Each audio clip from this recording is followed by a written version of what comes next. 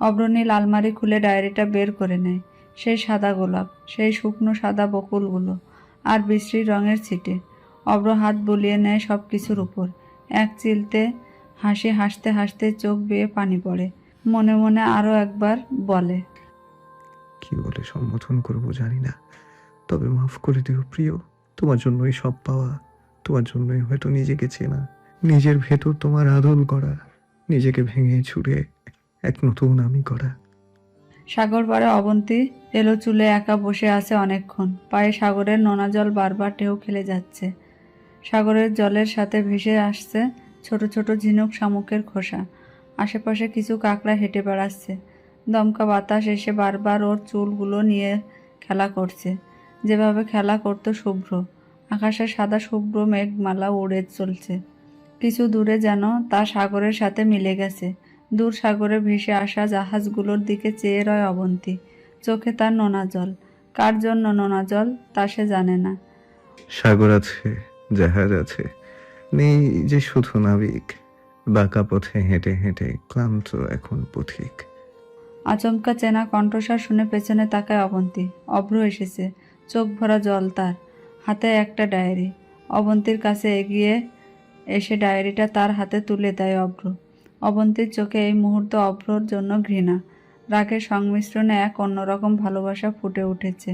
হ্যাঁ, ভালোবাসার মানুষের প্রতি ঘৃণা আর রাগ জন্মালে সৃষ্টি হয় অন্য রকম ভালোবাসা। অবন্তী ডায়েরিটা হাত থেকে ছুঁড়ে ফেলে সাগরের পাড়ের ভেজা বালিতে। অভ্র শার্টের কলার টেনে ধরে তার বুকে মাথা গুঁজে কাঁদতে শুরু করে। অভ্র আজ আর কেন যেন সাহস পাচ্ছে না অবন্তীর মাথায় একটু হাত বুলিয়ে দেবার। পাথরের মতো ঠাঁই হয়ে দাঁড়িয়ে থাকে সে। অতীতগুলো আবার মনে করে, তিক্ত অতীত। বেশ অনেকক্ষণ পর স্মিত স্বরে বলে, অবন্তী, আমি আজ সবটা বলতে চাই। অবন্তী মাথা তুলে অভ্রর চোখে চোখ রেখে তাকায়। সত্য বলার সাহস আছে আপনার, হুম, নাকি আবার কোনো মিথ্যে বানিয়ে এনেছেন? সব সত্যের প্রমাণ তো আমি তুলেই দিলাম তোমার হাতে। কি প্রমাণ? ডায়েরি, আর কোনো সত্যি? সবচেয়ে বড় সত্যি। ডায়েরিটা কার? খুলে দেখো। অবন্তী ডায়েরিটা আবার কুড়িয়ে নেয়। ডায়েরি খুলে সে মনোযোগ দিয়ে পড়তে থাকে প্রথম পাতা।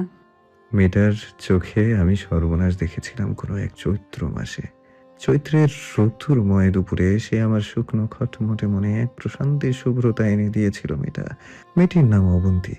হ্যাঁ, সে আমার সর্বনাশ।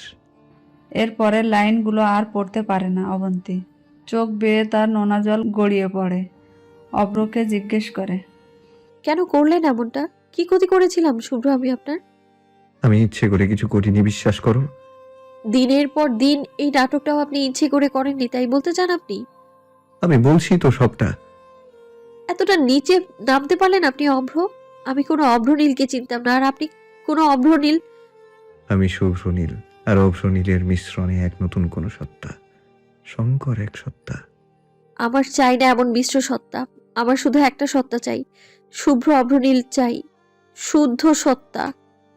অবন্তী অভ্রনীলের শার্টের কলার আবার টেনে ধরতে গিয়ে বড় বড় নখের আঁচড় কাটে গলায় আর ঘাড়ে।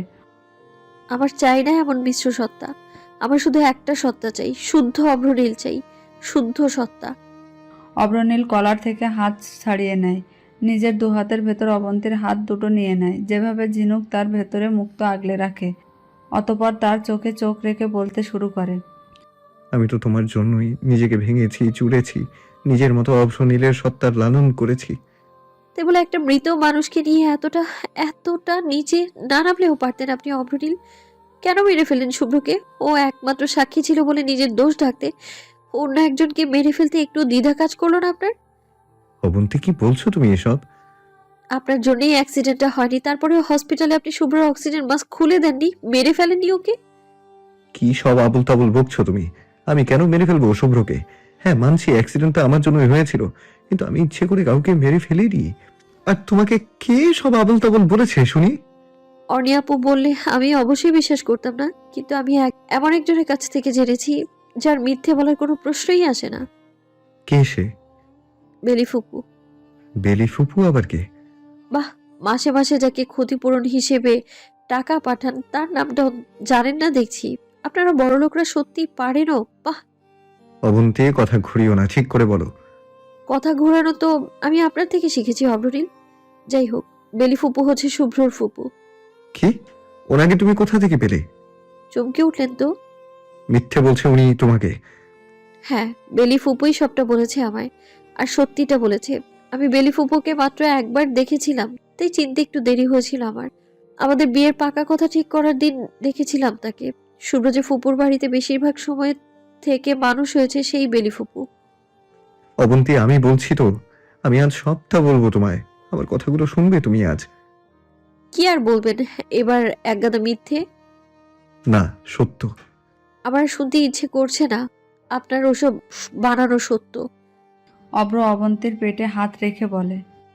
আমার অস্তিত্ব ছুঁয়ে অন্তত আমি মিথ্যে বলবো না, এতটুকু তো বিশ্বাস করো। আমি বড্ড ভালোবাসি ওকে। অবন্তী চমকে ওঠে। আপনি কি করে জানলেন ওর কথা? তোমার কি মনে হয় আমি এতটাই খারাপ বাবা? আমার অস্তিত্বের কথা তুমি আমার থেকে লুকোতে চাইবে আর আমি জানতে পারবো না? মানে? সেদিন রাতে তোমার অদ্ভুত আচরণ দেখে আমি খোঁজ নিয়েছি তুমি কোথায় গিয়েছিলে। পরে জানতে পারি ডক্টরের কাছে গিয়েছিলে। তারপর সেই ডক্টরের কাছ থেকে আমি সবটা জেনে নিয়েছি। শুধু বেলিফুপুর এই ব্যাপারটা জানা হয়নি। কিন্তু আমি শুধু অপেক্ষা করছিলাম তুই কখন আমাকে নিজের মুখে আমাদের অস্তিত্বের কথা বলবে। অভ্রনীল, আপনি কি করে পারেন এত সূক্ষ্ম অভিনয়? অব্র মাথা নিচু করে বলে। জানি না, সময় আর পরিস্থিতি আমাকে এসব শিখিয়েছে। এবার তো বলতে দাও আমায় সবটা। এবার তো বিশ্বাস করো আমায়। সবটা বলার একটা সুযোগ দাও। আমি বলছি তো বেলিফুপু মিথ্যে বলেছে। আমি খুন করিনি শুভ্রকে। সবাই শুধু মিথ্যেই বলে আপনার নামে, তাই না? জানি না।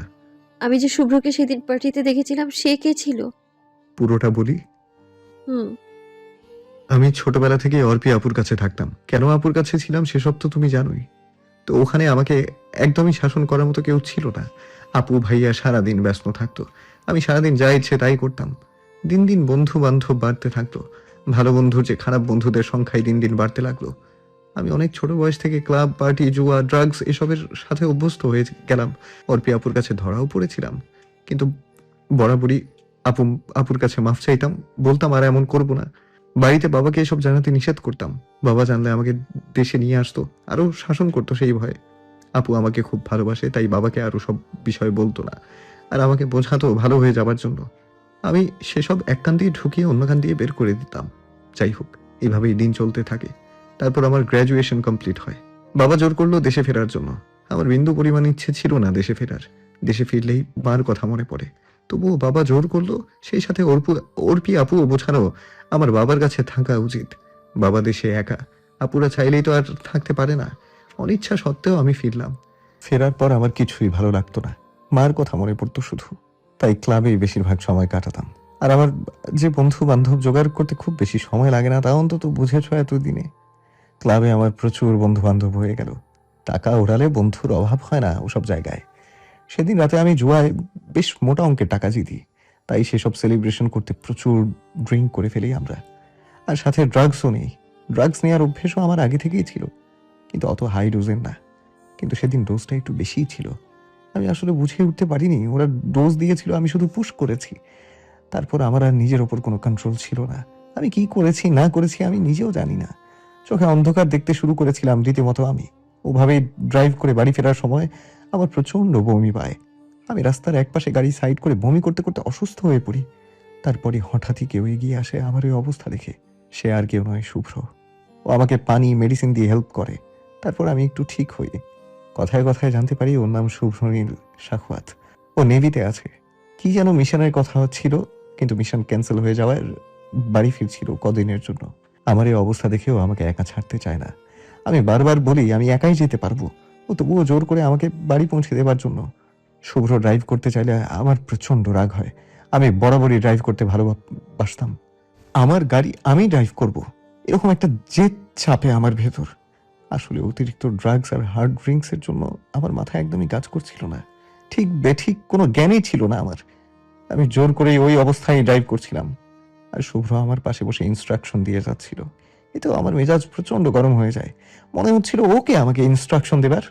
আমি ইচ্ছে মতো স্পিডে গাড়ি ড্রাইভ করতে শুরু করি। ও বারবার স্পিড কমাতে বলে। আমি আসলে নেশার ঘোরে বুঝতেই পারছিলাম না শুভ্র আমার ভালোর জন্য এসব বলছে। অবন্তী দীর্ঘশ্বাস ফেলে বলে। শুভ্রর বরাবরই স্বভাব ছিল মানুষকে যেচে যেচে সাহায্য করা। অভ্র আবার বলতে শুরু করে। হ্যাঁ, সে সে সাহায্যই ওর জীবনে কালো হয়ে এসেছিল। আমি নেশার ঘরে রাস্তার মোড় ঘুরতে লেফট সিগন্যাল দিতে রাইট সিগন্যাল দিয়ে ফেলি। শুভ্র আমাকে সেই বিষয়েও ধমক দিয়ে বলতে থাকে। কথায় কথায়ও কথা কাটাকাটি শুরু হয় আমাদের। এরই মধ্যে সামনে খেয়াল না করায় ঘটে যায় অ্যাক্সিডেন্ট। হ্যাঁ, তোমাদের গাড়ির সাথে অ্যাক্সিডেন্ট। এসব দেখে আমি প্রচন্ড ভয় পেয়ে যাই। কি করব, কি করা উচিত কিছুই ভেবে পাই না আমি। এদিকে আমিও মাথায় হাতে আঘাত পাই প্রচন্ড। আমি নিজেও সেন্সলেস হয়ে পড়ি। সেন্স ফেরার পর জানতে পারি তোমার ফ্যামিলির সবাই অলরেডি ডেড। শুভ্র প্রচন্ড অসুস্থ, আইসিইউতে। শুভ্র অনেক বেশি ইনজিওর্ড হয়, ইন্টারনাল ব্রেইন ইনজুরি। ব্রেইনে প্রচন্ড আঘাত পায়, ব্রেইনে রক্তক্ষরণ হয়ে জমাট বাঁধে। ততক্ষণে পুলিশ চলে আসে হসপিটালে আমাকে অ্যারেস্ট করার জন্য। আমার ব্লাড টেস্টও হয়ে গেছে ততক্ষণে। ব্লাডে অ্যালকোহল আর ড্রাগস লেভেল অনেক হাই পাওয়া যায়। আমার গাড়িতেও নাকি ড্রাগস পাওয়া যায়। আমি জানি না গাড়িতে কি করে ড্রাগস এলো। আমি বুঝতে পারি আমি খুব বাজেভাবে ফেসে গেছি। বাড়িতে তখনও কেউ কিছুই জানে না। আমি পুলিশকে বললাম আমি আজিমের চৌধুরীর ছেলে, আমি একবার বাবার সাথে কথা বলবো। ওরা আমাকে যাচ্ছে তাই গালিগালাজ করলো। বাড়িতেও ফোন করতে দিলেন না, থানায় এনে রাখলেন। পরের দিন কোর্টে চালান করবে। একবার কোর্টে চালান করলে সব শেষ। অ্যাক্সিডেন্টাল মার্ডার, ড্রাগস পাচার সমস্ত কেসে ফাঁসিয়ে দেবে ওরা। তাই আমি প্রায় সারা রাত বলার পর ভোরের দিকে একটা কনস্টেবলের দয়া হয় আমার ওপর।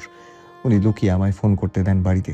বাড়ি না ফেরার জন্য বাড়িতেও ততক্ষণে আমাকে নিয়ে সবাই টেনশন করতে শুরু করেছে। পরে বাবা এসে সমস্ত কিছু ম্যানেজ করে নেয় কোনোভাবে। কোনোভাবে মানে ঘুষ দিয়ে, তাই তো? অভ্র মাথা নিচু করে বলে। হ্যাঁ, তোমার মেঝো চাচা পলিটিক্যাল লিডার। সমস্যাটা ওনার জন্যই হয়েছিল বেশি। উনি পুলিশকে বলেছিল এই অ্যাক্সিডেন্টাল কেসের পাশাপাশি আরও দু একটা কেসে ফাঁসিয়ে দিতে। আমি যেন বাড়িতে যোগাযোগ করতে না পারি সেদিকেও খেয়াল রাখতে। চার্জশিট এমনভাবে ফাইল করতে বলে যাতে করে আমার যাবজ্জীবন অথবা ফাঁসি হয়। ব্যবসায়িক কারণেও তোমার ওই চাচার সাথে আমাদের কিছুটা দ্বন্দ্ব ছিল। তাই তিনি হঠাৎ আমার এই ভুলের সুযোগ পেয়ে তা উসুল করতে চেয়েছিলেন। কিন্তু কিছু কিছু পুলিশের চরিত্র তো তুমি জানোই। আমার বাবা এসে বেশ মোটা অঙ্কের ঘুষ অফার করলেন। আর তাছাড়া অপোজিট পার্টির লিডার আমাদের ফেভারে ছিল। কোর্টে চালান করার আগে আমাকে ছেড়ে দেওয়া হয়। তোমার চাচারাও কেস তুলে নিতে রাজি হয় দুটো শর্তের বিনিময়ে। তারা বারবার ক্ষতিপূরণের কথা উল্লেখ করেছিলেন। বাবা বলল তারা যা ক্ষতিপূরণ চায় তাই দেয়া হবে। ওনারা তোমার ভবিষ্যতের কারণ দেখিয়ে বেশ মোটা অঙ্কের টাকা চাইলেন। বাবা তোমার ভবিষ্যতের কথা ভেবে তাতেই রাজি হয়ে গেলেন। কিন্তু আপত্তি বাঁধল তাদের দ্বিতীয় শর্তে। তোমার চাচার মেয়ে অবনীকে আমায় বিয়ে করতে হবে, এমন একটা শর্ত দিলেন তোমার চাচা। বাবা বললেন আমার ছেলের জন্য যাকে নিজের পরিবার হারাতে হয়েছে, দায়িত্ব নিতে হলে আমার ছেলে তার দায়িত্বই নেবে। এসব কথাবার্তার জন্যই আমি আর বাবা তোমাদের বাড়ি গিয়েছিলাম অ্যাক্সিডেন্টের পরের দিন। সেদিনই তোমাকে প্রথম দেখি আমি। যাই হোক, ওনারা তখন বললেন তোমার বিয়ে ঠিক হয়ে আছে অন্য কারোর সাথে, আর আমাকে অবনীকেই বিয়ে করতে হবে। আমি এসবে শুধুমাত্র কাঠের পুতুল হয়েছিলাম। আমার কোনো ইচ্ছাই ছিল না অবনী বা তোমাকে বিয়ে করার, কিন্তু পরিস্থিতির চাপে পড়ে আমাকে রাজি হতে হয়েছিল। তাহলে আমাকে বিয়ে করলেনই বা কেন? শুভ্রকে বা মেরে কেন ফেললেন? আমি শুভ্রকে মেরে ফেলিনি। ওই অ্যাক্সিডেন্টে আমিও মারা যেতে পারতাম। সবাই মারা গেল আর আমি বেঁচে রইলাম শুধু। সত্যি কই মাছের প্রাণ আমার। অবন্তী উচ্চ স্বরে বলে। কার কই মাছের প্রাণ আর কার পুঁটি মাছের প্রাণ অত শত বুঝতে চাই না আমি। আপনি একটা রাক্ষসে। আপনার জন্মের আগ থেকেই এই মৃত্যুর মিছিল তৈরি হয়েছে আপনারই জন্য। জন্মের আগে কাকে মেরেছি আমি? তবে হ্যাঁ, এটা সম্ভবত সত্য, আমি রাক্ষসে। কিছু না, ভুল করে বলেছি। জন্মের পর থেকে কিছু মনে করবেন না, আমি আসলে এভাবে বলতে চাইনি। হঠাৎ ভুল করে তুমি যে বলনি তা আমি বেশ বুঝতে পারছি। কিন্তু আপনি শুভ্রকে কেন মারলেন সেটাই আমি বুঝতে পারছি না। যেটা আমি করিনি সেটা আমি বোঝাবো কি করে? হ্যাঁ, আপনি তো শুধু মদ খেয়ে মাতলামো ছাড়া আর কিছুই করতে পারেন না। বললাম তো ভুল ছিল, সব ভুল। বাহ, সবকিছু ভুল বলে চালিয়ে দিলেন, তাই না? না, আমি মানছি আমি অপরাধী। আমার দোষ ছিল, অবশ্যই আমার দোষ ছিল, কিন্তু ইচ্ছে করে কিছু করিনি, বিশ্বাস করো। কিভাবে কি হয়ে গেল তা আমি নিজেও জানি না। একটাবার আমাকে মাফ করা যায় না? আমি তো নতুন করে শুরু করেছিলাম সবটা। নিজেকে পাল্টে নিয়েছিলাম আমি। আমি আর আগের অপশনই নেই, বিশ্বাস করো। হ্যাঁ জানি তো, আপনি তো এখন শুভ্রনীল হয়ে গেছেন, তাই না? শুভ্রনীল, অভ্রনীল, নিজেকে বানিয়ে নিয়েছেন এই দুঃসত্তার অধিকারী। সেসব তো তোমার জন্যই, অবন্তী। শুভ্রর ডায়েরি কোথায় পেলেন? ওর কাছেই, আমি তোমাদের বাড়ি থেকে এসব ঝামেলা মিটিয়ে হসপিটালে যাই শুভ্রকে দেখতে। ততক্ষণে শুভ্রর অবস্থা আরো খারাপ, সেন্স একদম ছিল না, কোমায় ছিল। আমি প্রায় সারা দিন শুভ্রর পাশে, শুভ্রর আইসিইউ এর সামনে বসে রইতাম। খুব খারাপ লাগতো আমার ওকে দেখলে। আমার জন্য, আমার ভালোর জন্য আমাকে সাহায্য করতে এসে নিজেই মৃত্যুর সাথে পাঞ্জা লড়ছিল। বাবা খোঁজ নিয়ে জানতে পারে শুভ্রর তেমন আপন কেউ নেই। ডক্টর বলেই দিয়েছিল ওর বাঁচার আশা খুবই কম। তাই বাবা চায়নি আবার শুভ্রকে নিয়ে কোনো জটিলতার সৃষ্টি হোক। এমনিতেই তোমার ফ্যামিলির কেসটা সবে ধামাচাপা দেয়া হয়েছে, তাই শুভ্র নামে যে আরো একজন এই অ্যাক্সিডেন্টে অসুস্থ তা বাবা সবাইকে গোপন রাখতে বলে। তাই ওর ব্যাপারটা বাবা আর আমি ছাড়া কেউ জানতো না। বাড়িতে অন্য কাউকে বলা নিষেধ হয়নি, কারণ কোনোভাবে অন্যি জেনে গেলে কিছু একটা গন্ডগোল বাঁধাতো। আর বলতে গেলে শুভ্রই ছিল একমাত্র সাক্ষী। শুভ্রর দুকুলে তেমন আপন কেউ নেই খোঁজ নেবার মতো। ও মারা গেল কি বেঁচে থাকলো সে বিষয়ে কেউ খোঁজ নেবার মতো ছিল না। তবুও আমরাই ওর ট্রিটমেন্ট করাতে থাকি। ওর দেখভাল মোটামুটি আমি করতাম।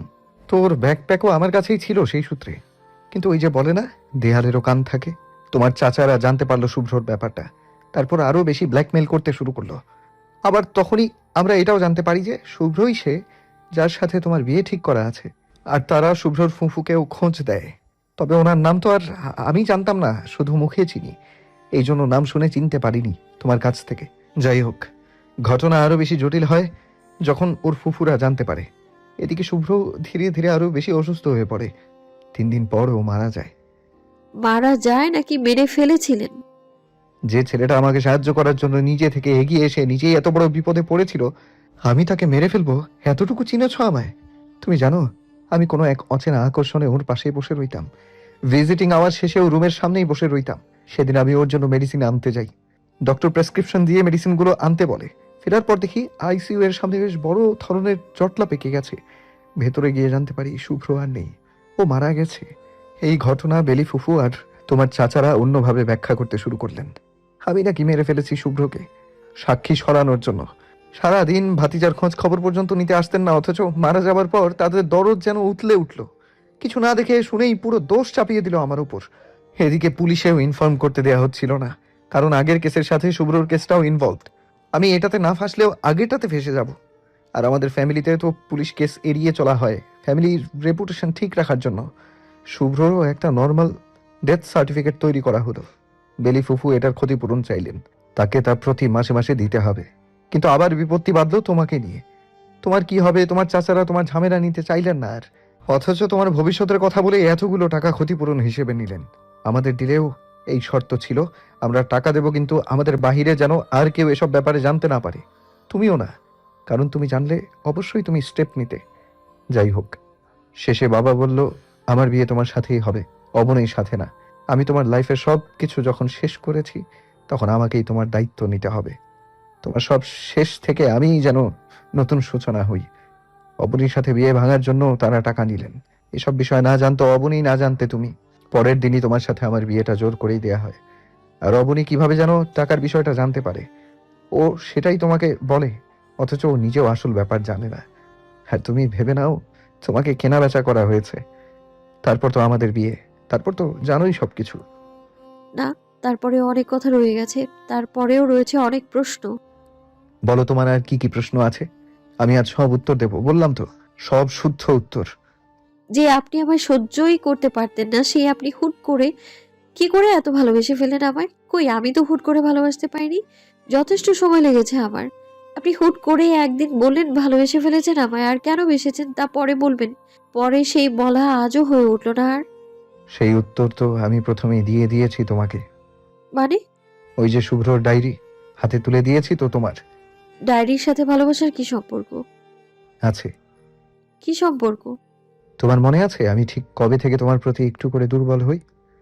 হুম, আমি যদি খুব বেশি ভুল না করে থাকি, তবে সেই দিন রাত থেকে, যেদিন আপনি জোর করে আপনার হার্টবিট আমায় ফিল করিয়েছিলেন, আমার কাঁধে হাত রাখতে চেয়েছিলেন। অর্থাৎ কোন দিন বলো তো? ওই যে আমাদের রিসেপশন পার্টিতে আপনি অমন একটা বিহেভ করার পর বাবা আপনাকে রুমে আটকে রেখেছিল 3 দিন। তারপর আমি প্রথম যেদিন আপনার রুমে যাই, আপনার সাথে থাকতে শুরু করি সেই দিন। তোমার স্মৃতি শক্তি তো বেশ তুখর। আপনার আরো বেশি। তাই নাকি? হুম। যাই হোক, অ্যাক্সিডেন্টের সময় শুভ্রর হাতেই ডায়েরিটা ছিল, এজন্য কিছুটা রক্তের ছিটে পড়েছিল ওটাতে। ওকে হসপিটালে অ্যাডমিটের পর ওর জিনিসপত্র সব আমার কাছেই ছিল। ডায়েরির কভারটা আমার হুট করে খুব ভালো লেগে যায়, কৌতূহল জাগে। কিন্তু এত শত ঝামেলার জন্য ওটা খোলাই হয়ে উঠছিল না। বিয়ের দিনও ভেবেছিলাম ওটা পড়বো, কিন্তু তুমি এমন সব কথা বলে মেজাজ খারাপ করে দিচ্ছিলে। তারপর আমাকে যখন রুমে লক করে রাখলো বাবা, তখন ওই 3 দিনে আমি মোটে 4 বার পড়েছি ওই ডায়েরি। কেউ এত সুন্দর করে তাদের গল্পগুলো লিখতে পারে আমার জানা ছিল না। শুভ্রর লেখাগুলো আমাকে ভীষণভাবে আকৃষ্ট করে নিয়েছিল। ওতে তোমাদের দুজনের গল্পগুলো ছিল। তোমাদের একে অপরকে দিনের পর দিন বিশ্বাসের গল্পগুলো লিপিবদ্ধ ছিল। তোমাদের দুজনের প্রতি দুজনের এতটাই বিশ্বাস আমাকে আকৃষ্ট করেছিল। দুজনের এত দূরত্ব, এত যোগাযোগহীনতা থাকা সত্ত্বেও এতটা বিশ্বাস আর ভরসা একে অপরের প্রতি। অথচ আমার জীবনে এই বিশ্বাস আর ভরসার বড়ই অভাব ছিল। আমার সবচেয়ে আপন জনেরা আমাকে কখনো বিশ্বাস করতো না, আমার উপর সামান্যতম ভরসা করতো না। ডায়েরি পড়েই আমি ভেবে নিয়েছিলাম, আমি যদি একমাত্র কারো থেকে বিশ্বাস আর ভরসা পাই, সে হচ্ছে তুমি। আর সত্যি বলতে আমি ডায়েরিতে তোমার স্বভাব, চাল চলন, কথাবার্তার ধরন, তোমার কি পছন্দ না পছন্দ, সে সব কিছুর বর্ণনা পড়েই তোমাকে ভালোবেসে ফেলি, তোমাকে মন থেকে মেনে নিই। কিন্তু আমি যখনই তোমাকে আপন করে নিতে চাইতাম, নিজের করে ভাবতে চাইতাম, তখনই তুমি শুভ্রর দোহাই দিতে বারবার বারবার বলতে তুমি শুভ্রর আমানত। এসব শুনে আমার নিজেকে আরো বেশি অপরাধী মনে হতো, আবার ভয়ও হতো। এই সব কিছু শুনে যদি তুমি আমাকে ছেড়ে চলে যাও, কিন্তু আমি তো তোমাকে ছাড়তে পারতাম না। আমি যে তোমার নেশায় আসক্ত হয়ে পড়েছিলাম। আমি বারবার তোমাকে বলতে চেয়েছি সবটা, কিন্তু কোনো না কোনো কারণে বলা হয়ে ওঠেনি। আর শুভ্রর অভাব মেটাতে আমি নিজেই ধীরে ধীরে শুভ্র হয়ে ওঠার চেষ্টা করি। আমি ওই ডায়েরি বারবার পড়ি। শুভ্রর কি কি তুমি পছন্দ করতে সেসব আমি নিজের মাঝে নেওয়ার চেষ্টা করি। যেমন হুটহাট কবিতা বলা, ইমোশনাল কথাবার্তা বলা, সুন্দরভাবে গুছিয়ে কথা বলা। আমি এটাও বুঝতে পারি এসবে তুমি আমার প্রতি ধীরে ধীরে দুর্বল হয়ে পড়ছো। সবকিছু ঠিকঠাকই ছিল, কিন্তু তুমি হঠাৎই শুভ্রর সাথে যোগাযোগ করার জন্য মরিয়া হয়ে উঠলে। আমি কিচ্ছু ভেবে পাচ্ছিলাম না আমার কি করা উচিত এখন। সত্য বলার সাহসও করে উঠতে পারছিলাম না। আমি শুধু একটা ভয়ই পেতাম, যদি আমাকে ছেড়ে তুমি চলে যাও। তাই তখন থেকে আমি বাঁকা পথ নেওয়া শুরু করলাম। আমি হয়ে উঠলাম শুভ্র, আর আমি অভ্র। কিন্তু চাইলেই তো আর হুট করে অন্য একজন হয়ে ওঠা যায় না। আমি ওর ডায়েরি আবার পড়লাম, আবার, বারবার। তারপর সাইকোলজিক্যাল বই পড়তে শুরু করলাম। ওর সাইকোলজি বোঝার চেষ্টা করলাম। ও কি ধরনের কথা বলতে পারে, কোন কথার উত্তর কিভাবে দিতে পারে, সবকিছু বোঝার চেষ্টা করলাম। ওর ফোনও আমার কাছেই ছিল। আমি তোমাদের সমস্ত কনভারসেশন পড়ে নিয়েছিলাম। তুমি আমার ফোন নিয়ে ওর সাথে কন্ট্যাক্ট করতে চাইছিলে, তাও আমি বুঝতে পেরে গেছিলাম। তাই আমি ইচ্ছে করেই ফোন ছেড়ে দিয়ে রাখতাম, কোনো প্রোটেকশন ইউজ করতাম না ফোনে। আমি শুধু চেয়েছিলাম দেখতে তুমি শুভ্রকে ঠিক কি কি জানাতে চাও। এরপর তুমি আমার টোপ গিললে, আর আমিও ইচ্ছে করেই তোমার আর শুভ্রর মধ্যে একটা ভুল বোঝাবুঝির নাটক তৈরি করলাম। ভাবলাম এবার হয়তো তুমি থেমে যাবে। কিছু না, আমি তারপরেও ওর সাথে যোগাযোগ করতে চাইলাম রেণু খালার ফোন দিয়ে। আর আপনিও। হ্যাঁ, সেদিন সন্ধ্যায় আমি অন্য দিনের মতো ঘুমিয়ে পড়েছিলাম, আর তুমি সেই সুযোগটাই নিলে, কারণ তুমি জানতে আমার সন্ধ্যাবেলা ঘুমানোর অভ্যেস। হ্যাঁ, আমি এখন বুঝতে পারছি সেদিন কেন প্রথম কয়েকবার শুভ্র ফোন রিসিভ করেনি। হুম, আমি ঘুমাচ্ছিলাম, হঠাৎই শুভ্রর ফোনে ইনকামিং কল দেখে আমি চমকে যাই। কে ফোন করতে পারে ভাবতে ভাবতেই খেয়াল করে দেখি রেনু খালার নাম্বার থেকে ফোন। আমার বুঝতে বাকি থাকে না যে এটা রেনু খালা নয় তুমি। আমি বুঝতে পারি তুমি কোনোভাবে রেনু খালার ফোন জোগাড় করেছো। আমি কিছুক্ষণ ভাবলাম এখন কি করা উচিত আমার। আমি ছোটবেলা থেকেই মিমিক্রি খুব ভালো করতে পারতাম, আমি সেটাই কাজে লাগালাম। আমি ওর সাথে যেহেতু কথা বলেছি, তাই ও কিভাবে কথা বলে তাও আমি জানতাম। আয়নায় দাঁড়িয়ে কিছুক্ষণ প্র্যাকটিস করে নিলাম। এদিকে তখনও তুমি ফোন করেই যাচ্ছ তো যাচ্ছ। অতপর ফোন রিসিভ করলাম, তারপর ইচ্ছে মতো আবার ভুল বোঝার নাটক করলাম। শুভ্রর ডায়েরি পড়ে আমি এতটুকু বুঝেছিলাম ও ওর মাকে পছন্দ করে না, তাই ওই কাহিনীটাও টেনে আনলাম। অতপর যা ইচ্ছে বলে ফোন কেটে দিয়ে আমি আবার অভ্র হয়ে গেলাম। তোমার পেছনে এসে দাঁড়িয়ে গেলাম, তোমায় কোলে তুলে রুমে নিয়ে গেলাম। শুভ্র তোমায় আর বিশ্বাস করে না, তোমাদের ভালোবাসা ঠুনকো হয়ে গেছে, এসব বোঝাতে শুরু করলাম। প্রতি উত্তরে তুমি আমার ইচ্ছে মতো মারলে, আমি তবুও চুপ করে রইলাম।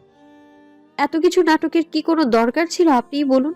অভ্র দীর্ঘশ্বাস ফেলে আবার বলতে শুরু করে। জানি না, আমি শুধুমাত্র তোমাকে নিজের কাছে রাখার জন্য কি করেছি না করেছি তা আমি নিজেও জানি না। আর তাছাড়া আমি যে অন্য আর একটা গন্ডগোলও পাকিয়ে বসেছিলাম। আবার কি গন্ডগোল? আপনি কি গন্ডগোল পাকানো ছাড়া আর কিছুই পারেন না? তা কি গন্ডগোল শুনি। ওই যে কথা দিয়ে ফেলেছিলাম। একটা কথা রাখার জন্য আপনি এত বাঁকা পথ নিলেন? আমি কথা রাখতে পছন্দ করি। আমি সবসময় সবাইকে দেয়া কথা রাখতে চেষ্টা করি, আর সেখানে তোমাকে দেয়া কথা আমি কি করে ফেরাই বলো। সেদিন কিচেনে তোমাকে দেখে এত ভয় পেয়ে গেছিলাম, আমি কি বলতে কি সব বলে ফেলেছি, কি সব কথা দিয়ে ফেলেছি নিজেও জানি না। কিন্তু আমি লক্ষ্য করলাম তুমি আবার সে কথার উপর ভিত্তি করে দিন গুনে চলেছ শুভ্রর জন্য। শুভ্রকে অর্থাৎ আমাকে ফোনে বলেছিলে যে আমি তোমাকে মুক্তি দিতে চেয়েছি, আর তারপর তুমি শুভ্রর কাছেই ফিরতে চাও। কিন্তু আমি কি করে আমার দেয়া কথা রাখতাম বলো? আমি কোথা থেকে এনে দিতাম তোমার শুভ্রকে?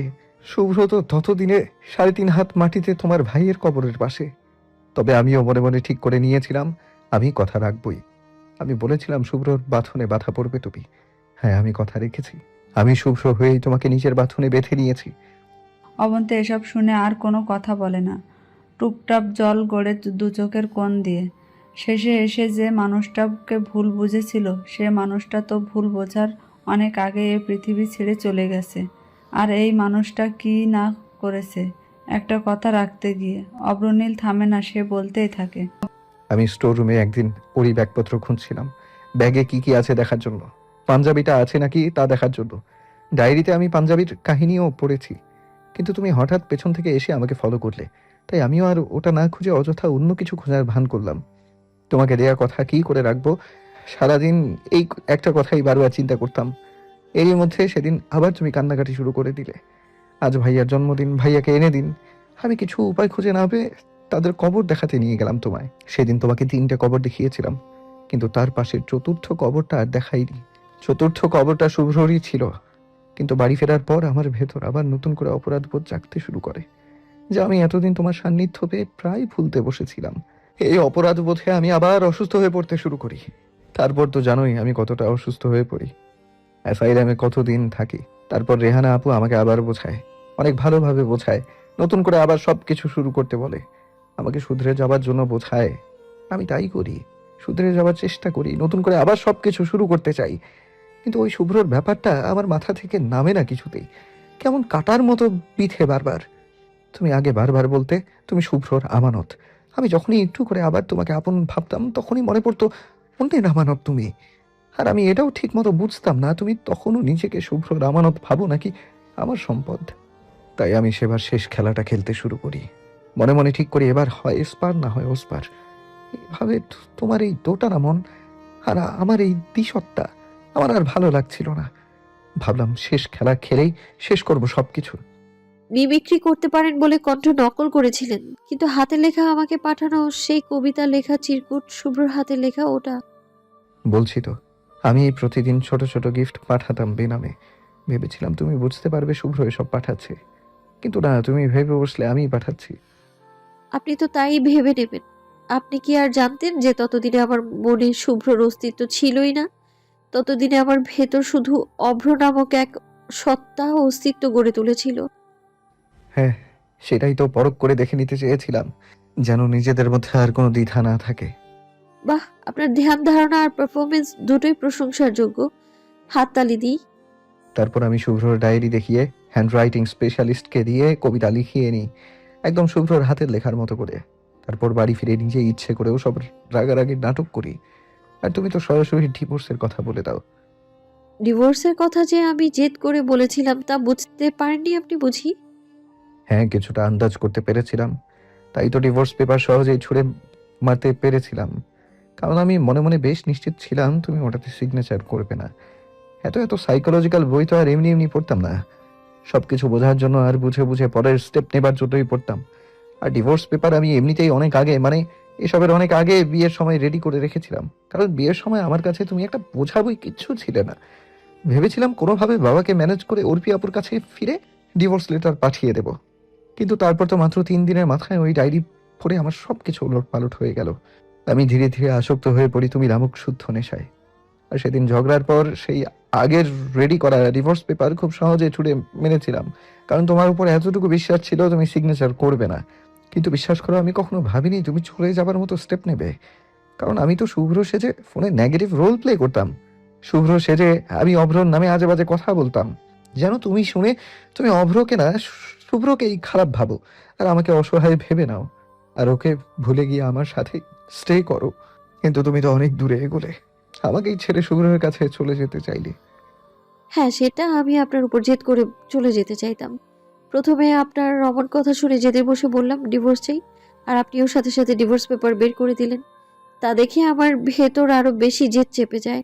আমি মনে মনে ঠিকই চাইতাম আপনি আমাকে আটকান, কিন্তু না, আপনি তো একদম চুপ হয়ে গেলেন। হ্যাঁ, আমি বুঝতে পেরে গেছিলাম আমি আসলে বেশি ওভার রিঅ্যাক্ট করে ফেলেছি। কিন্তু আমারও এটা ভেবে রাগ হতো, তুমি কেন শুভ্রর কাছেই চলে যেতে চাইছো? আমার এতদিনে এত পরিশ্রম কি কোনো কাজেই দেবে না? আমিও মনে মনে ভেবে নিয়েছিলাম এই লুকোচুরি খেলা আর নয়, এবার যা হবার হবে। তাই আমি শুভ্র তোমাকে শুভ্রর কোয়ার্টারে যেতে বলে, কারণ আমি জানতাম তুমি ওখানে গেলে অন্তত জানতে পারবে শুভ্র মারা গেছে। কারণ ওখানে তো নর্মাল ডেথ সার্টিফিকেট শো করা হয়েছিল। ওখানে সবাই জানে হঠাৎই হার্ট অ্যাটাকে মারা গেছে শুভ্রনীল শাহওয়াত। আমি এয়ারপোর্টে বসেছিলাম, আমি জানতাম তুমি এসব জেনে আমাকে ফোন করবে, জানতে চাইবে সবকিছু। আমি ফোনেই সবকিছু বলে দিতে চেয়েছিলাম, সবকিছু মানে এসব কিছু। শুভ্রর যে হার্ট অ্যাটাকে মৃত্যু হয়নি সেসবই বলতে চেয়েছিলাম। আর সবকিছু বলার পর সুইসাইডও করতে চেয়েছিলাম, কারণ কোনো মুখ ছিল না এসবের পর তোমার সামনে দাঁড়ানোর। যেই তুমি আমাকে এতটা বিশ্বাস করতে, সেই আমি কি কি না কি করেছি। কিন্তু তুমি তারপর শুভ্রর ফোনে ফোন করলে। আমি ভেবেছিলাম তুমি হয়তো শুভ্রর ব্যাপার কিছু জেনে গিয়ে সব কিছু বুঝতে পেরে ফোন করেছো, কিন্তু না। ফোনে আমি কিছু বলার আগেই তুমি সব কিছু বলতে শুরু করলে। মানে আমি বুঝতে পারলাম প্ল্যান আসলে আমার মতোই এগিয়েছে। আমি ভুলিয়ে দিতে পেরেছি শুভ্রকে। আমি এটাও নিশ্চিত হয়ে গেলাম তুমি আর শুভ্রকে না, তুমি এখন অভ্রকেই ভালোবাসো। তাই আমি শেষবারের মতো আর একবার শুভ্র সাজলাম। শুভ্র সেজে খুব সুন্দর করে তোমায় বিদায় জানালাম। তারপর এক টুকরো তৃপ্তির হাসি হাসলাম। বাহ! আর আমি গিয়ে যে দেখলাম আপনি মন খারাপ করে বসে আছেন, হাতে কি যেন নিয়ে। হুম, ড্রাগসের লিথল ডোজ ছিল হাতে। ভাবছিলাম সুইসাইড তো আর করতে হলো না, আল্লাহ আমার সাথে আছেন হয়তো, তাই আজও আর ধরা পড়তে হলো না। এমনি ড্রাগসের গায়ে কি কি লেখা আছে তা পড়ছিলাম। মনে মনে তো জেনেই গেছিলাম তুমি ফিরে আসছো, কিন্তু একটু মন খারাপের অভিনয় তো করতেই হয়েছিল, যেন সবকিছু ঠিকঠাক মনে হয়, যেন তুমি সামান্যতম সন্দেহটুকু আমাকে না করো। তাহলে আমি পার্টিতে কাকে দেখেছিলাম? আমি শুভ্রকে চিনতে এতটাই ভুল করলাম? আমি কি পাঞ্জাবি নিজে হাতে বানিয়েছি অভ্রনীল? ওই পাঞ্জাবি আমার চিনতে ভুল হবে না। ও তো আমারই এক গার্ড ছিল, আমি শুধু ওকে শুভ্রর পাঞ্জাবিটা আর ক্যাপ দিয়েছিলাম। ও হাঁটতে, ওর গায়ের রং শুভ্রর মতোই ছিল, আর চুলও ছাড়তে বলেছিলাম ওভাবেই। তুমি অন্ধকারে শুধু সেই লাল পাঞ্জাবি আর ক্যাপ পরা একটা অবয়ব দেখেছিলে, আর কিচ্ছু না। মুখ তো ঢেকে রেখেছিল ক্যাপে। আমি জানতাম তুমি শুভ্রর ওই বাটি ছাঁটের চুল একদমই পছন্দ করো না, তাই শুভ্র তোমার সাথে দেখা করতে আসলে ও ক্যাপ পরে আসতো মাঝে মধ্যে। আর আমিও ওই সুযোগটাই নিয়েছিলাম। আর হানিমুন থেকে ফিরে এসে সেদিন রাতে আমি সব কিছু পুড়িয়ে ফেলি শেষবারের মতো। শুভ্রর যত কিছু ছিল আমার কাছে, সব কিছু, নিজের ভেতরকার শুভ্র নামক সত্তাটাকেও মেরে ফেলি। এইসব শুনে আমি উত্তর দেবার মতো ভাষা খুঁজে পাচ্ছি না, বিশ্বাস করুন। বলতে তো তোমাকেই হবেই, আমাকে শাসন করো, যা ইচ্ছে তাই করো, কিন্তু তোহাই লাগে আমার সাথে ফিরে চলো। আমি তোমাদের ছেড়ে পারবো না থাকতে, বিশ্বাস করো। তোমাদের? হ্যাঁ, তুমি আর আমার ছোট্ট অভ্রনীল বা অভ্রনীলা ছাড়া সম্ভব নয় আমার পক্ষে থাকা। ফিরে চলো তুমি, আমি ফেরাতে এসেছি তোমাদের। আমি একবার যখন ও বাড়ি থেকে বেরিয়েছি আর ফিরবো না। আমি চাই না আমার বাচ্চা আপনার মতো একটা লোকের সান্নিধ্য পাক, আর সে নিজেও আপনার গুণগুলো পাক। আমি ওকে একটা সুস্থ জীবন দিতে চাই। আপনার মতো বিকৃত মস্তিষ্কের বাবার সাথে থাকলে ও যে আরো কত বড় বিকৃত মস্তিষ্কের অধিকারী হবে তা আমি বেশ ভালোভাবে বুঝতে পারছি। আমি ভুল করেছি, আমি জানি। আমাকে মাফ করা যায় না? আমি তো ইচ্ছে করে কিছু করিনি। ভেতর ভেতর আমিও তো শাস্তি পেয়েছি। অন্তর্দহন যে সবচেয়ে বড় শাস্তি, তা আমি হাড়ে হাড়ে টের পেয়েছি। নিজের ভেতর বারবার ভেঙে চুড়ে দুমড়ে মুচড়ে গিয়েছি আমি। তারপরে তুমি যদি চাও কেস আবার রিওপেন করতে পারো। আমি জানি সেটা আপনার বাবা হতে দেবে না। তার ছেলে জেলে পচে মরুক সেটা সে কখনোই চাইবে না। সেই জন্যই তো উনি আপনাকে বাঁচাতে এত কিছু করেছে। আপনাদের ফ্যামিলিতে তো কোনো পুলিশ কেস অ্যালাও না। ফ্যামিলি রেপুটেশন এতটাই বড় আপনাদের কাছে, আর সেই সুযোগটা নিয়েই যে যা ইচ্ছা অন্যায় করে ধরা পড়ে শাস্তি পাওয়ার কোনো ভয় নেই আপনাদের, কি না? বাড়ি চলো অবন্তী। অভ্র অবন্তীর বরাবর হাঁটু গেড়ে বসে পড়ে, কোমর বরাবর জড়িয়ে ধরে ওকে। ছোট বাচ্চাদের মতো ফুপিয়ে ফুপিয়ে কাঁদতে শুরু করে। অবন্তীর খুব ইচ্ছে করে অভ্রর চুলগুলোতে স্পর্শ এঁকে দিতে, চুলে বিলি কেটে দিয়ে বলতে, বাচ্চাদের মতো কাটাকাটির অভ্যেস কবে ছাড়বেন বলুন তো? বাচ্চার বাবা হতে যাচ্ছেন এখন, আর নিজেই বাচ্চাদের মতো আচরণ ছাড়তে পারলেন না? আর 10টা স্বাভাবিক দিন হলে হয়তো অবন্তী অভ্রকে এ কথাগুলোই বলতো, কিন্তু আজ পরিস্থিতি ভিন্ন। অবন্তী পাথরের মতো দাঁড়িয়ে থাকে। অব্র কাঁদতে কাঁদতে বলতে শুরু করে। অবন্তী, এই শেষবার আমাকে বিশ্বাস করো। এবার আমি সব সত্যি বলেছি, সামান্যতম কিচ্ছু লুকাইনি আমি। কথা দিচ্ছি আর কোনোদিনও কিচ্ছু লুকোবো না, আর মিথ্যে বলবো না। হয়েছে, আর একা কান্না কাঁদবেন না প্লিজ। আমার এসব কান্না তোমার ন্যাকা কান্না মনে হয় বুঝি? জানি না। বাড়ি চলো। বাড়ি ফিরে যান। রেণুখালা, বাবা, ওর পিয়াপু বুঝি অপেক্ষা করছে আপনার জন্য সবাই। আর আমার ছোট্ট অস্তিত্ব যে তার বাবার আদর নেবার অপেক্ষা করছে। বাবা ছাড়াই অনেক বাচ্চা মানুষ হয়, ও সেভাবেই মানুষ হবে, বরং বাবার সাথে থাকলেই হয়তো অমানুষ হবে।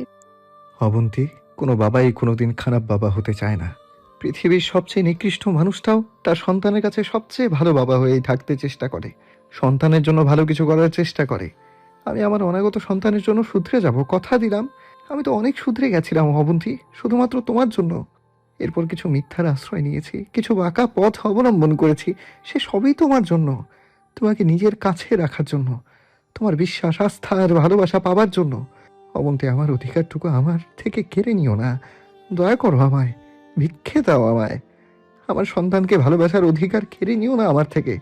আর 5টা সাধারণ মানুষের মতো স্ত্রী সন্তান নিয়ে সুখে সংসার করার অধিকারটুকু তুমি আমায় দেবে না? আমি কি এতটাই খারাপ ছিলাম? আপনি এখনো বুঝতে পারছেন না আপনি কতটা খারাপ ছিলেন?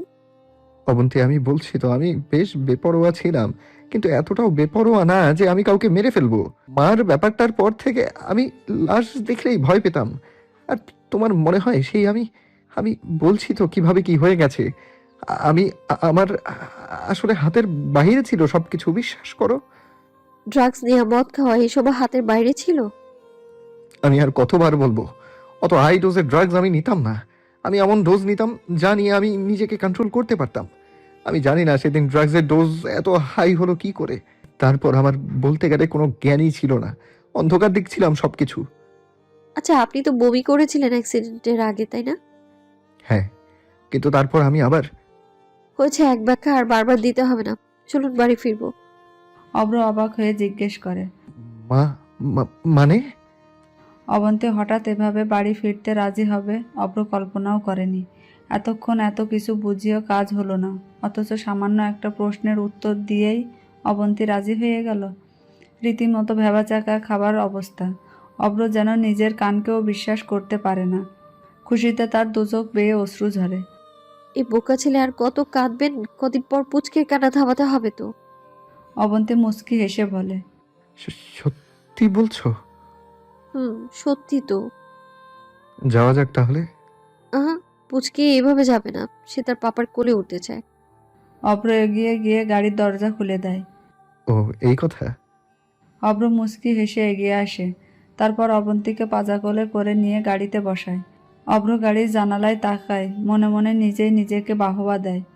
বাহ অবসনীরা, বমি ব্যাপারটা তোর জন্য এত লাগে? বমি বেশি করিস বলে সবাই কত হাসাহাসি করতো তোকে নিয়ে, প্রেগনেন্ট বলে খ্যাপাতো সবাই। এই অবন্তীও হেসেছিল তো, কিন্তু সেই বমি, তুই আমার পরম বন্ধুরে, তুই এত ভালো আগে জানলে আমি তোকে আরো আপন করে নিতাম। জানিসই তো এই পৃথিবীতে আমার আপন জনেরই একটু আকাল। আচ্ছা, এখন বমি করলে কেমন হয়? অবন্তী ভয় পাবে, পানি এগিয়ে দেবে, ভয় পেয়ে ভালোবাসবে। তারপর এর আগে যেবার খুব বমি করেছিলাম, কি ভয়ই না পেয়েছিল। সারা রাত আমার সাথে গল্প করেছিল, আমার হাজগুবি গল্প শুনেছিল। আসলে এখন বমি করলে বেশ ভালোই হয়, জার্নিটা বেশ রোমান্টিক হবে। কিন্তু ইচ্ছে করলেই তো আর বমি করা যায় না। কিন্তু এই মুহূর্তে তার বমি করতে ইচ্ছে করছে। অব্রর মনে পড়ে কোনো এক সময় বইতে পড়েছিল, জিহ্বার প্রায় শেষ প্রান্তের দিকে নরম তালুতে বা এপিগ্লোটিসের আশেপাশে গলবিলে আঙ্গুল দিয়ে স্পর্শ করলেই বমি করা যায়। সাধারণত ডক্টররা এই পদ্ধতি ব্যবহার করে থাকে সুইসাইডাল কেসে, রোগীকে বমি করানোর প্রয়োজন হলে। বমি করিয়েও যদি স্লিপিং পিল বা বিষ বের না করা যায় সম্পূর্ণভাবে, তারপর পাকস্থলীতে নল ঢুকিয়ে ওয়াশ করা হয়।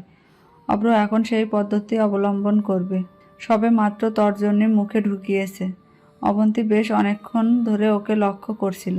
সে সিদ্ধান্ত নিয়েছে অব্রনীলকে যখনই চুপচাপ কিছু চিন্তা করতে দেখবে তখনই নজরে নজরে রাখবে, আর কিছু উল্টো পাল্টা করার সুযোগ তাকে দেবে না সে। নিতান্তই পাগলামো করে কি না করে ফেলেছে। যেসবের আদৌ কোনো দরকার ছিল না। অবন্তী অব্রর হাত খপ করে ধরে ফেলে। কি হচ্ছে শুনি? কিছু না, দাঁতে মনে হয় খাবার আটকে আছে। দাঁতে খাবার আটকে আছে তাই না? তা কিছু খেয়েছেন? না, তোমাকে খুঁজতে তো ঘুম থেকে উঠেই বেরিয়ে পড়েছি। রাতে তো দাঁত ব্রাশ করে শুয়েছিলেন, তারপর কিছু খাননি আপনি, তাহলে দাঁতে খাবারটা আটকে থাকার তো প্রশ্নই ওঠে না। আবার মিথ্যে বলা হচ্ছে তাই না অভ্রনীল? এসব করে পাগলামো ছাড়বেন কবে বলুন তো? অবন্তী জানে হুটহাট কারণ ছাড়া মিথ্যে বলা অব্রনীলের পুরনো অভ্যাস। চাইলে এ অভ্যাস সে খুব সহজে ছাড়তে পারবে না। পৃথিবীর কেউ তার স্বভাবগত অভ্যাসগুলো চাইলেও খুব সহজে ছাড়তে পারে না। আর সেখানে অব্রনীল তো স্বাভাবিকের চেয়ে কিছুটা আলাদা। ওর হয়তো আরও সময় লাগবে। আচ্ছা, এরকম বাবার সন্তান কেমন হবে? বাবার এসব আজগুবি গুণ পাবে না তো? অবন্তী চেয়ে চেয়ে সেসব ভাবে। এরই মধ্যে অব্র উত্তর দেয়। অভ্রনীল পাগলামো করে বলেই তো তুমি পছন্দ করতে না, তাই তো ম্যাচিওর অভ্রনীল হতে চেয়েছিলাম। অবন্তী অব্রর কাঁধে মাথা রেখে বলে। আমার চাই না ম্যাচিওর শুভ্রনীল, আমার পাগলাটে অভ্রনীলই চাই। আচ্ছা, এটা কি খুব দোষের? অন্যের ভালো গুণগুলো ভালো লাগলে তা নিজের মধ্যে নেওয়ার চেষ্টা করা? অবশ্যই না, দোষ গুণ মিলেই মানুষ। অন্যের ভালো গুণ নিতে আল্লাহই আমাদের বলেছেন। আমরা মুসলিমরা কাকে অনুসরণ করি বলুন তো? আল্লাহর বাণী কোরআনকে আর মহানবী হযরত মুহাম্মদ সাল্লাল্লাহু আলাইহি ওয়াসাল্লামকে। মহানবীর গুণগুলো কিন্তু নিজের মধ্যে নেয়ার চেষ্টাও সুন্নত, আর কোরআনে উল্লেখিত গুণগুলো নেওয়া কিন্তু ফরজ। আবার স্কুল কলেজে আমরা কি শুধু পড়াশোনাই করতে যাই বলুন? অনেক কিছু শিখতেও যাই। বন্ধুদের থেকে শিখি, শিক্ষকের কাছ থেকে শিখি, শিক্ষকের থেকে ভালো গুণ শিখি, আর বন্ধুদের কাছ থেকে কিছু ভালো গুণ শিখি, কিছু খারাপ। সেই রকমই শুভ্রনীলের থেকেও আপনি শিখেছেন, গোছালো হতে শিখেছেন। এটা মোটেও খারাপ না অভ্রনীল, কিন্তু আপনি ওই যে এত ঘোর প্যাচ করে বাঁকা পথ নিলেন, এটাই খারাপ। এরকম আর করবেন না আপনি, কথা দিন। অব্র মাথা নিচু করে অবন্তীর হাত শক্ত করে ধরে জবাব দেয়। হুম। আচ্ছা, আপনি জানলেন কি করে যে আমি এইখানে আছি? এমনি এমনি তো আর তোমার পরিপূরক হয়নি। আমি তো বলি আমি সব জানি, তোমার ব্যাপারে সব জানি। আর হেয়ালি নয়, সত্যি করে বলুন। আমি জানি তো তুমি সাগরকে কতটা পছন্দ করো। মন খারাপ হলে যেমন সাগরের গান গাও, মন ভালো থাকলেও তো সাগরের গানই গুনগুন করো। তাই আমি জানতাম তুমি এখানেই আসবে। আমাদের হানিমুনে এসেও আমরা এখানে ঠিক কতক্ষণ বসেছিলাম তোমার মনে আছে? তাই আমি এখানেই প্রথমে আসি। আমি জানতাম তুমি এখানে অথবা সেই শাপলা ঘেরা পুকুরের পাড়েই আছো। ইস, কি বুদ্ধিমান জামাই আমার! আসল সময় এত বুদ্ধি কই যায়? মানে? কিছু না, বাড়ি চলুন। কিছু পথ যাবার পর অবন্তী তার ব্যাগ থেকে 3টে আপেল বের করে, শাড়ির আঁচল দিয়ে মুছে অব্রর দিকে দুটো এগিয়ে দেয়। অব্র দু হাতে দুটো নিয়ে সেই আগের মতো করে খেতে শুরু করে। এক কামড় ডান হাতের আপেল, অন্য কামড় বাঁ হাতের। কি ব্যাপার, ব্যাগে এত আপেল রেখেছো যে? অবন্তী পেটের দিকে তাকিয়ে বলে। এই যে উনি আপেল খেতে চায় একটু পর পর, তাই জন্মের আগেই জানান দিচ্ছি উনি কার স্বভাব পেতে চলেছে। আমার বেবি তার পাপামনির স্বভাবই তো ভাবে, তাই না? হ্যাঁ, আর আমি শুধু এমনি এমনি মা হব তাই না? আমার কোনো স্বভাবই পাবে না? পাবে তো। ওর মামুনি যেমন ওর পাপামনিকে ভালোবাসে, ও তেমন ওর পাপামনিকে ভালোবাসবে। এই বলে অব্র ওর ডান হাতের খাওয়া অর্ধেক আপেল অবন্তীর দিকে এগিয়ে দেয়। অতঃপর বাঁ হাতের অর্ধেক খাওয়া আপেল। অবন্তীর নিচের হাতে থাকা আপেল তখনও খেতে শুরু করেনি, তাই ওটা আবার ব্যাগে রেখে দেয়। অব্র দেওয়া অর্ধেক আপেল দুটোই খায়। বাড়ি ফেরার সাথে সাথেই সবাই হন্য হয়ে এগিয়ে আসে ওদের দিকে। ডেনু খালা অব্রকে জিজ্ঞেস করে। অবরুণীল বাবা, আমরা কাল সকাল সকাল কোথায় চলে গিয়েছিলে? তোমরা কেউই কিছু না বলে ফোনও রিসিভ করছি না কারো। আমরা বাড়ির সবাইতে টেনশনে। রেণু খালা, ওদের আনতে গেছিলাম। ওদের? অর্নি এগিয়ে এসে জিজ্ঞেস করে। হ্যাঁ, অবন্তী আর কথার মাঝে অবন্তী অব্রর হাতে চিমটি কেটে থামিয়ে দেয়। তারপর নিজেই বলতে শুরু করে। হ্যাঁ, আপু আমায় আনতে গিয়েছিল। কোথায় গিয়েছিলে তুমি? অনেক দূর, সাগর দেখতে। হঠাৎ? ফার্স্ট ম্যারেজ অ্যানিভার্সারির পর সেকেন্ড হানিমুনে গিয়েছিলাম আপু। অব্র এসবের কিছুই বুঝতে পারে না। অবন্তী এসব কি বলছে তা সে নিজেও বুঝতে পারে না। পাশে অর্নি থাকায় অবন্তী ইচ্ছে করে কথা কেটে নেয়। এদিকে ডক্টর অবন্তীকে এখন নিয়ম মেনে খাবার খেতে বলেছে। একটু একটু করে হলেও দিনে কয়েকবার খেতে বলেছে। ঘড়ি দেখে সময় মতো। সন্ধ্যাবেলা কিছু খাওয়া দরকার। যেহেতু এ বিষয়ে কাউকে কিছু বলেনি, তাই নিজের খেয়াল নিজেকেই রাখতে হবে। রান্নাঘরে গিয়ে এটা ওটা খুঁজতে গিয়ে রেণুখালা পেছন থেকে কাঁধে হাত রাখে। অবন্তী মা, আজ সকাল থেকে দেখছি খুব নিয়ম করে খাবার খাচ্ছে। অবন্তী লজ্জা পেয়ে বলে। খালা, না মানে শোন মেয়ে, এমন সময় আমিও পার করে এসেছি, আমার কাছে লুকাতে চাও? অবন্তী আরো লজ্জা পেয়ে জড়িয়ে ধরে রেণুখালাকে। রেণুখালা মাথায় হাত বুলাতে বুলাতে জিজ্ঞেস করে। কতদিন চলে? 7 সপ্তাহ। অভ্রনীল জানিস? হুম। শোন মা, এ সময় একটু সাবধানে থাকবে। আর এত আগে কাউকে কিছু বলার দরকার নেই। শত্রুর তো আর অভাব নেই ঘরের বাইরে। হ্যাঁ খালা, ওই জন্যই কাউকে বলিনি। চলো, আজই আমি তোমাকে খাইয়ে দেই। খালা, আপনি অনেক খুশি হয়েছেন তাই না? আমার অভ্রনীল বাবা হবে আর আমি খুশি হব না বলেছে? আমি খুব খুশি। আমার ছোট্ট অভ্রনীলের কোলে আরো একটা ছোট্ট অভ্রনীল বা অভ্রনীলা দেখব, দেখে চোখ জুড়িয়ে যাবে আমার। অবন্তীর একটা ব্যাপারে প্রায় অনেক দিন ধরেই খটকা লাগে, কিন্তু কখনো জিজ্ঞেস করা হয়ে ওঠেনি। আজ খুব ইচ্ছা করছে জিজ্ঞেস করতে। খালা, একটা কথা জিজ্ঞেস করি? রেণুখালা কমলার খোসা ছাড়াতে ছাড়াতে বলে। বলো না। খালা, আপনি সবসময় অভ্রকে আমার অভ্রনীল কেন বলেন? রেণুখালা কমলার এক কোয়া অবন্তীর মুখে তুলে দিয়ে হাস্যোজ্জ্বল মুখে বলে। অভ্রনীল তো আমারই। মানে? মানুষ অতিরিক্ত খুশির মুহূর্তে নিজের নিয়ন্ত্রণ করতে পারে না খুব একটা। রেণুখালাও আজ খুব খুশি, তার অগ্রনীল বাবা হতে চলেছে। এই খুশির রেশে হঠাৎই এমন উত্তর দিয়ে ফেললেন তিনি, কিন্তু পর মুহূর্তে নিজেকে সংযত করে নেন। মানে তনু আপার পরে তো ওর দায়িত্ব আমি নিয়েছি, তাই না? সে হিসাবে বলছি আমার অভ্রনীল। ও আচ্ছা। খালা, আপনি বিয়ে করেননি কেন? বিয়ে মানে বসন্ত। হুম। ততক্ষণে অবন্তীকে পুরো কমলা খাওয়ানো শেষ রেণুখালার। যেতে যেতে বলে। তোমার মতো আমার জীবনেও বসন্ত এসেছিল। বসন্তের পুষ্প আমিও ধারণ করেছি। রেণুখালার এসব কথা অবন্তীর বড্ড এলোমেলো লাগে, তবে এলোমেলোর মাঝেও গোছানো কিছু ইঙ্গিত আছে। হঠাৎই অবন্তী খেয়াল করে কিছুক্ষণ আগেও রেণুখালা বলেছিল, এমন সময় আমিও পার করে এসেছি। আমার কাছে লুকাতে চাও? এখন আবার বলেছে বসন্তের পুষ্প ধারণ করেছে। আচ্ছা, 2 2 4 মিলে যাচ্ছে না তো এখানে? অবন্তী নিজেই নিজেকে প্রশ্ন করে।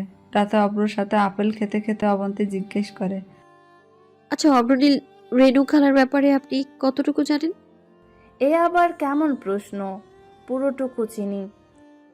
আপনি রেণু খালাকে এত ভালোবাসেন কেন, সত্যি করে বলুন তো। রেণু খালা আপনার কে? রেণু খালা আমাকে, তা জানো না বুঝি তুমি? আজ আবার এতদিন পর এই প্রশ্ন? না, আপনি মিথ্যে বলছেন জানি আমি। সত্যি করে বলুন, আপনার মিথ্যে বলার অভ্যেস এখনো যায়নি তাই না? আমি বেশ ভালোই বুঝতে পারছি। আর এই মিথ্যে বলার অভ্যেস যে রেণু খালার কাছ থেকেই পেয়েছেন তাই না? অব্র এবার বেশ রেগে যায়।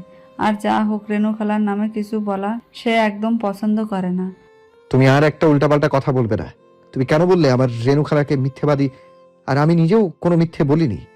রেণু খালা আমার দুঃসম্পর্কের খালা হয়, আমি এটাই জানি আর এটাই বলেছি। দুঃসম্পর্কের খালার প্রতি এত কিসের টান আপনার? কই, আমার তো নিজের খালার উপরেও এত টান কাজ করে না। কি বলতে চাইছো তুমি বলো তো? আমি একটু শান্তি চাই অবন্তী। মিছামিছি কি একটা ব্যাপার নিয়ে অশান্তি করতে চাইছো তুমি? অবন্তী আর কোনো কথা বলে না, চুপচাপ পাশ ফিরে শুয়ে পড়ে। অভ্রও কিছুক্ষণ পর অবন্তীর দিকে পাশ ফিরে পেছন থেকে জড়িয়ে গাল আর কপালের উপর পড়ে থাকা চুলগুলো কানের পেছনে গুজে দেয়। কানের নিচে আলতো করে চুমু এঁকে দেয়। কানে কানে ফিসফিসিয়ে বলে, আমাদের মধ্যে অবিশ্বাসের যত আগাছা ছিল আমি সব উপড়ে ফেলেছি। এখন সময় বিশ্বাসের বীজ বোনার। অবন্তী কোনো উত্তর দেয় না। কি জানি আবার একটা অবিশ্বাস তৈরি হয় অভ্রর প্রতি। অভ্র কি সত্যি কিছু জানে না, নাকি সবটাই মা ছেলে দুজনের প্ল্যান? কি সব ভাবছি আমি। বেশ অনেকক্ষণ পর অভ্রের উষ্ণ নিঃশ্বাস অনুভব করে অবন্তী। তার মানে ঘুমিয়ে পড়েছে। কোমর থেকে ওর হাত সরিয়ে উঠে বসে পড়ে। কোনো কিছুতেই শান্তি পাওয়া যাচ্ছে না যেন। একে তো রেনু খালা আর অভ্রর ব্যাপার, আর তাছাড়াও আরও ব্যাপার, যে ব্যাপারে খটকা লাগার জন্যই ফিরে এসেছে। এবার নিজেকে কিছু করতে হবে, আরও কিছু ব্যাপারে খোঁজ নিতে হবে নিজেকেই। ব্যালকনিতে রেলিং ধরে দাঁড়িয়ে আছে অনেকক্ষণ। টাইলসে ঘেরা যে কবর দেখে প্রথম দিন ভয়ে জ্ঞান হারাবার উপক্রম হয়েছিল, এখন সে কবর দেখলে মায়া হয়। একটা খুন, আর সেই খুনের সূত্র ধরেই ধীরে ধীরে জন্ম নেয় এক বিকৃত মস্তিষ্ক। পেছনে আবার তাকায় বেঘরে ঘুমানো অভ্রর দিকে। ফজরের আজানের বেশ আগে অভ্র জাগা পেয়ে খেয়াল করে অবন্তী ঘুমিয়ে পড়েছে। সে উঠে চলে যায় রেণুখালার রুমে। রেণুখালা গুনগুনিয়ে কাঁদছে। আজ বড্ড মনে পড়ছে সেই সব বসন্তের দিনগুলো। এই তো সবে হেমন্তের শেষ, এরপর শীতকাল, তারপরে বসন্ত। অথচ আজ মনে পড়ছে সেই বসন্তের কথা। কৃষ্ণচূড়া সেদিনও ফুটেছিল, শিমুল ফুলও ফুটেছিল। কেউ একজন হাতে একগুচ্ছ শিমুল দিয়েছিল। অভ্র রেণুখালাকে পেছন থেকে জড়িয়ে ধরে মাময় শরীরের ঘ্রাণ নিতে নিতে বলে, রেনু খালা, তোমাকে না আমি কাঁদতে নিষেধ করেছি, আজ আবার কেন কাঁদছো তুমি? আমাকে কি তোর একবারও মা বলে ডাকতে ইচ্ছে করে না? আগে তো মা বলেই ডাকতাম, কিন্তু সবাই যে নিষেধ করে। তো এখন কি সমস্যা? এখন তো কেউ দেখছে না। অভ্যেস হয়ে গেছে রেনু খালা বলতে বলতে। খালা বলেছি তো কি হয়েছে, তুমি তো আমার মাই। কি সুন্দর মামা গন্ধ তোমার গায়ে। পৃথিবীর সব মায়ের শরীরে আল্লাহ তাআলা বিশেষ একটা সুবাস দেন, যা সন্তান ছাড়া আর কেউ অনুভব করতে পারে না বাবা। বাবাদের শরীরে সেই গন্ধ থাকে না। থাকো তো। এই যে তুমি এখন বাবা হচ্ছ, তোমার সন্তানও অনুভব করবে তোমার সুবাস। রেনু খালা, তুমি মাঝে মাঝে কেন কাঁদো বলো তো? এমনই বাবা, তেমন কোনো কারণ নেই, এমনিতেই। সত্যি তো? হুম। মিথ্যে কথা। ঘরে যাও, অবন্তী একা আছে হয়তো, ওকে ডেকে দাও নামাজ পড়ার জন্য, আর নিজেও নামাজ পড়ো। যেতে যেতে অভ্রর মনে পড়ে সে তো এসেছিল অবন্তীর ব্যাপারে জিজ্ঞেস করতে। ও কেন আজ হঠাৎ এমন সব প্রশ্ন করলো? সে বিষয়ে জানতে এসেছিল রেণুখালার কাছে, কিন্তু খালার মন ভালো করতে ওসব আর মনেই ছিল না। অভ্র আবার যায় প্রশ্নগুলো করতে, কি যেন মনে করে আবার ফিরে আসে। খালার এমন মন খারাপ, আর সে কিনা নিজের সমস্যার কথা বলে আবার ঝামেলা বাড়াবে। পরদিন অভ্র অফিস যাবার পর অবন্তী গার্ডেনের গোলাপ চারাগুলোতে পানি দিচ্ছিল। বছর ঘুরে আবার শীত পড়তে শুরু করেছে ধীরে ধীরে।